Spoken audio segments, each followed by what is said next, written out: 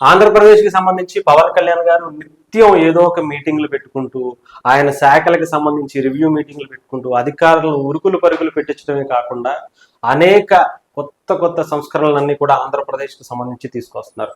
ముఖ్యంగా రాష్ట్ర ప్రభుత్వ వాటా 10కి తగ్గించేలా కేంద్రాన్ని కోరతాం, రహదారుల నిర్మాణం చేపట్టి బాధ్యత తీసుకుంటా పంచాయతీరాజ్ గ్రామీణ అభివృద్ధి శాఖ మంత్రి పవన్ కళ్యాణ్ గారు.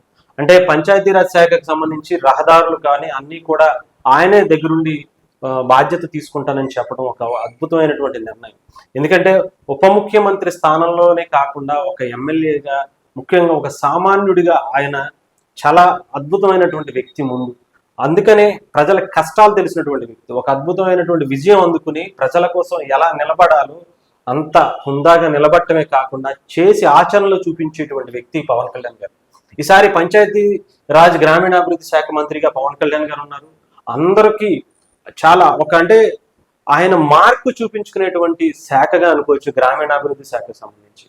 అనేక పల్లెటూర్లకి, పంచాయతీలకి, వీటికి అంటే వాళ్ళకి ఏ రకంగా కావాలి, ఏ రకంగా చేరువ అవ్వాలి అనే ఉద్దేశంతో ప్రజల వాళ్ళ కష్టాలను ఏ రకంగా తీర్చే అవకాశం నిజంగా ప్రతి పల్లెటూరు నుంచి స్టార్ట్ అవుతుంది. అది కూడా పవన్ కళ్యాణ్ గారు ఈసారి శ్రీకారం చుట్టారనుకోవచ్చు. ముఖ్యంగా రహదారుల నిర్మాణానికి సంబంధించి నిజంగానే చెప్పాలంటే ఆంధ్రప్రదేశ్లో సిటీస్లో, అంటే ముఖ్యంగా సిటీస్లోనే చాలా దారుణంగా ఉన్నాయి. ఇంకా పల్లెటూరులో అయితే దాదాపు ఈ 5 ఏళ్ల పాటు, 5 ఏళ్ళని కూడా కాదు, గతంలో అటు చంద్రబాబు గారి ఎన్డీఏ కూటమి టీడీపీ గవర్నమెంట్ ఉండగా 2014 నుంచి 15-16 లోపు రోడ్లు వేశారు. ఆ తర్వాత వర్షాలకి అవి కొట్టుకుపోయి కనీసం ఇప్పటి వరకు దాన్ని కనీసం ప్యాచ్ వర్క్స్ కూడా చేయనటువంటి పరిస్థితి గతంలో.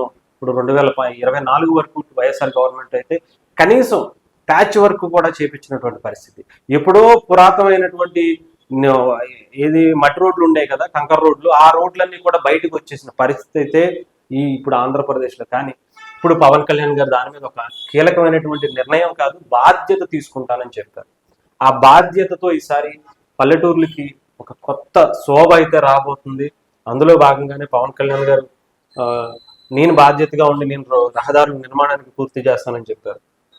ఇకపోతే ఇప్పటి వరకు రాష్ట్ర ప్రభుత్వ వాటా, అంటే గ్రామీణ అభివృద్ధి శాఖకు సంబంధించి రాష్ట్ర ప్రభుత్వ వాటా 30% నుంచి 10% తగ్గించాల్సిందిగా కేంద్ర ప్రభుత్వాన్ని కోరతానని చెప్పారు ఉప ముఖ్యమంత్రిగా పవన్ కళ్యాణ్ గారు. దాదాపు అంటే 4,976 కోట్ల నిధులతో చేపట్టినటువంటి 7,213 కిలోమీటర్ల రహదారి పనులు పురోగతిపై విజయవాడలోని తన క్యాంపు కార్యాలయంలో గురువారం ఆయన ఏఐఐబి ప్రతినిధులతో, పంచాయతీరాజ్ అలాగే ఇంజనీరింగ్ అధికారులతో సమీక్షలు నిర్వహించారు.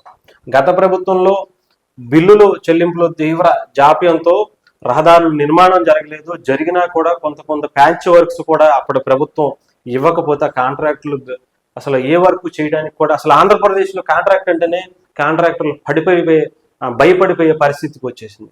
ఇప్పుడు వాళ్ళని జాగ్రత్తగా తీసుకొచ్చి అది కూడా తక్కువ వ్యయంతో మంచి అభివృద్ధికి తీసుకురావాలని చెప్పి ఒక ప్రణాళికబద్ధంగా వెళ్తున్నట్టుగా తెలుస్తుంది.